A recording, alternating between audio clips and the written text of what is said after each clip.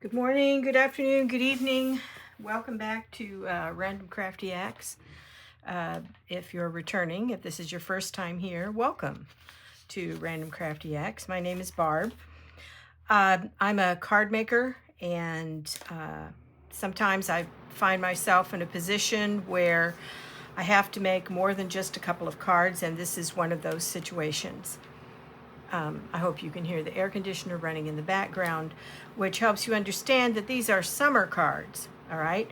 I didn't do Mother's Day cards this year, nor did I do Father's Day cards, but I did do Happy Spring cards. And because we have such a beautiful garden and everything is blooming so well this year, I wanted to do some Happy Summer cards. And this was one of the things that inspired me. I had done some other mass making kind of cards and decided that I would follow some of the basic patterns that I worked with and doing those, as well as experiment with some things I've been doing, which this is the ink blending. And then let's see, here's another one.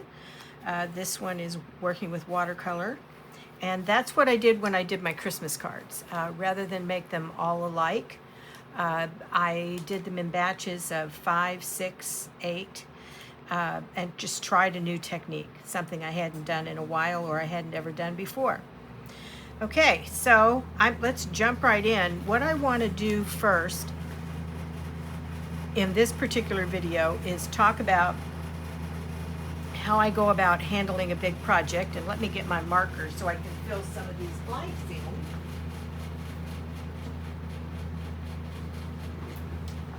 Okay, normally I'm working with something that I've chicken scratched on a piece of paper, but I thought I'd do it real nice for you. And you can take a screenshot if for some reason you would want to. The first thing I always decide is what card size I'm going to use, and that's easy for me. I use an A2, okay, and A2 cards are 4 1/4 by 5 1/2, and there's a very specific reason that I do those, and that's that I've got some cut already. I can take an 8 1/2 by 11 sheet of cardstock base. This is 110 pound index white. I can take an 8 1/2. I can cut it at 5 1/2 and fold it this way and make 2 cards. Okay, and that's why I make that size. All right, so the mailing date, the first day of summer this year is June 20th. I don't know if we're going to make it in time to get these out to everybody. I'm turning around looking at my calendar, and let's say today is the 9th. It'd be nice to get them in the mail by the 14th. Okay, so that gives me an idea of how complicated I want the cards to get. Okay, how many? I'm looking right now at something like 30, maybe a few more. I'm working with my Christmas card mailing list. All right, now the next thing I do with a big project is I choose a theme. I had already decided these were Happy Summer. Okay, I could have approached this with Happy Birthday, though I don't imagine that I would have needed to send out 30 Happy Birthday cards. But if I were doing this, say, to be donated, and I would be approaching it the same way. Okay, so Happy Summer, and I know they want to be florals, all right? So working with that, over here, use garden pictures. And I've been taking a lot of those. All right, so then I want to look at my color palette just to make sure that I am not thinking I'm going to do primarily yellows and find out I don't have any yellow color card stack to work with. So yellow, green, red, and orange, and that's based on the colors that I see when I look out the window here, the colors that are popping up out in the garden. You'll notice there's no blue. There's no blue because I don't think we have any blue flowers, okay? I say I don't think because I'm not the gardener, I'm the card maker. All right, so I would then go through my color cardstock and see what kind of cardstock I have. I always know that green, I've got some really bright green up there, but sometimes I like that real dark green, and that's a color that's really hard for me to find. The other thing I would look at is I would look at my inks and my watercolors, my watercolor paint, and my acrylics, just to make sure that I kind of gather up some of these basic colors and different shades of them to use. Okay. Then I start into the things that I can pre-cut ahead of time, particularly if I'm planning on doing videos. For one thing, if you've watched me make cards before, and if you noticed on this Happy Summer, I can show you in this bundle, okay? This is the card base, all right? This is the thin layer mat I'm talking about, and I typically use black. So I'll go through and cut, I don't know, a bunch of these. I can get 4 out of a piece of paper, out of a piece of 65-pound cardstock, and have some strips left over that I can use for other purposes, okay? The next thing I would do is look at my background options, and I'm figuring for the most part, I'm going to use this 4 by 5 1/4, and this is going to be some kind of color. I'm looking at doing something that I can actually create the background rather than using pattern paper. I have lots of pattern paper I could use, but I wanted this to be a little more creative a project than that. All right, and for that, then I can do ink blending, which is what this is. I can use watercoloring. I could take one of the photographs and blow it up and maybe put it through a filter so that it kind of becomes pattern paper. I could also take an ink blended sheet. I could put a stencil on top of it. I've got some stamps over there that would work really well to create the background on the paper. So because I wanted some texture, what I'm using here is watercolor paper. I have a whole bunch of that. And so I've gone through and cut some extras of these. I've cut like 5 of them so that there'll be 6 of this card, or a card similar to this, when I get done. Okay? The next thing I look at then is what kind of focal point. And basically the focal point sizes that I have been looking at, this is, let me get this straight. This is 2 by 2 3/4 for the picture. This one is 2 by 2 1/2, 2 1/4, I think. I'll have to take a look at these and remeasure them to make sure they're right. But anyway, the idea is, to have some of these ready ahead of time if I know what direction I'm heading. In this case, this one is still solid because I'm waiting on the garden to hit a certain point in the bloom schedule. It's getting very close, and I've got a snapshot that I've been taking, and I'm just waiting for a couple more flowers around it to bloom so that I can get the picture I want for here. All right. The next thing then that I look at is I'm going to want with a mat with my focal points. And so I go ahead and in this one, I decided that I was going to round the edges. I did this on my silhouette, but you can do that. There's a punch you can get that rounds edges. There's dies you can get that would allow you to cut a size like that out of an image that you've printed. Okay.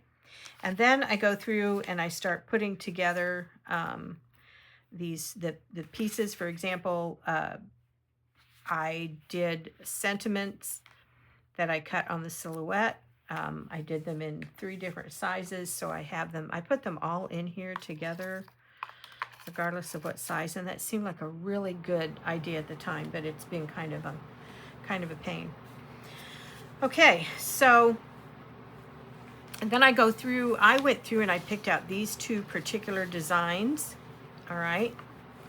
And let me show you the details on those. Okay.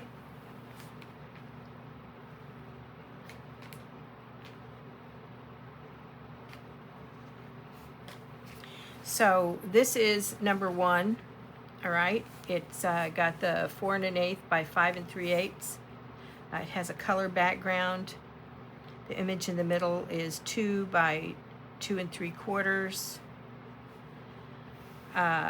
This has a mat of 2 1/4 by 3 that goes around it, and I use the medium-sized sentiment. That gives me an idea, and I'm planning on making 4. I think I've got 5 attached here, so that there'll be 5, but I really planned on making 4 of those. For the second set, at this point that I'm looking at, this again is an A2 card. You've got the 5 1/8 by 5 3/8, the 4 by 5 1/2, which is the color.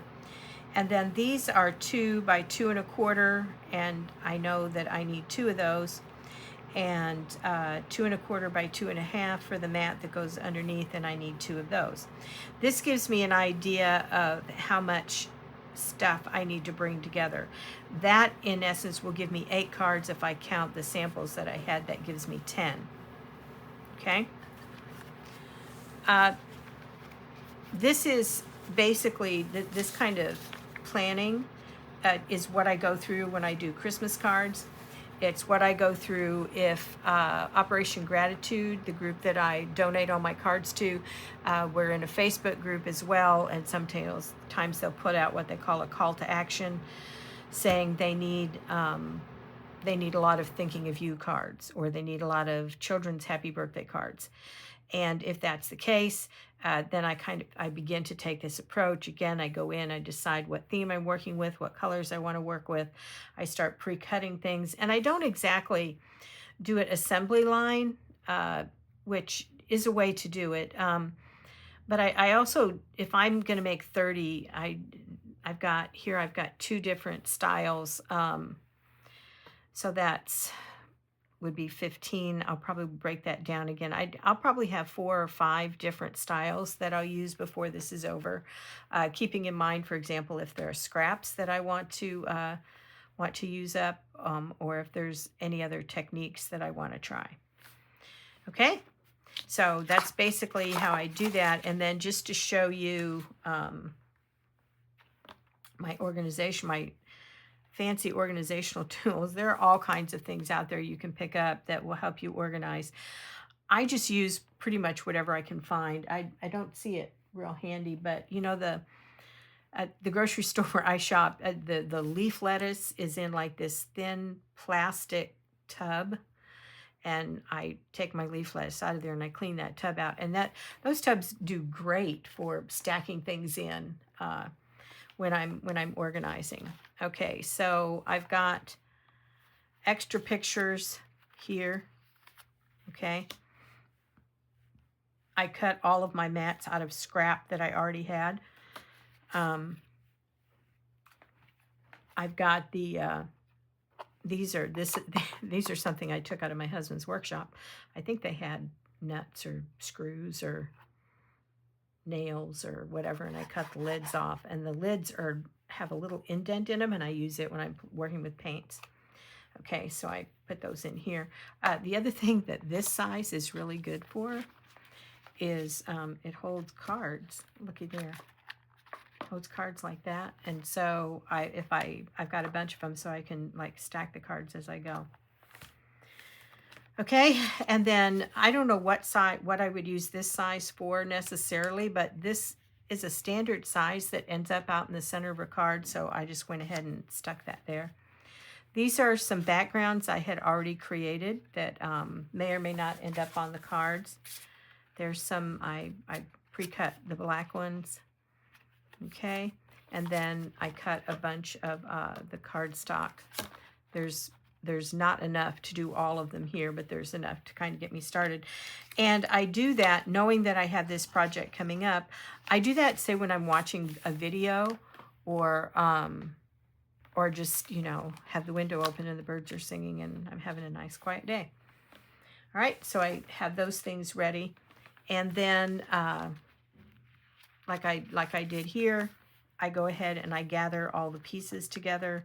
I haven't put my black cardstock, my black mats in here yet. I've got my sentiments in there and mats for all of the pictures. Okay, so I've kind of gotten started on that.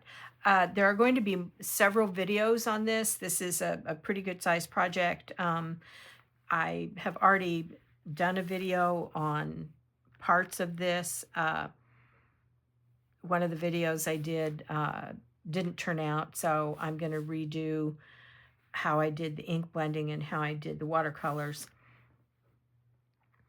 And I don't feel like you need to watch me like mass cut a bunch of paper. So I'll do most of that off camera and then show you the results and maybe put one or two together for you each time I find a style. So keep checking back. This will probably go on for the next week or so.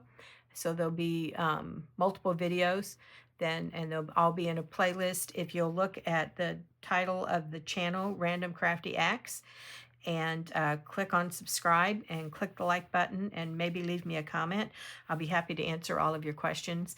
It doesn't cost you anything to subscribe, and it does help me on the channel. And since I always put a link to Operation Gratitude, it helps me get that out there as a project that card makers could become involved in. All right, if you have questions, let me know and check back to see how it's going. Thank you.